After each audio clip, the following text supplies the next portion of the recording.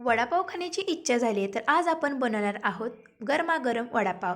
तर कढईमध्ये तेल घातलेलं आहे, कढीपत्ता घालायचा आहे भरपूर, हिरवी मिरची, लसूण आणि कोथिंबीरची पेस्ट घालायची आहे आणि धना पावडर घालायची आहे. धना पावडर घातल्यानंतर हळद घालायची आहे.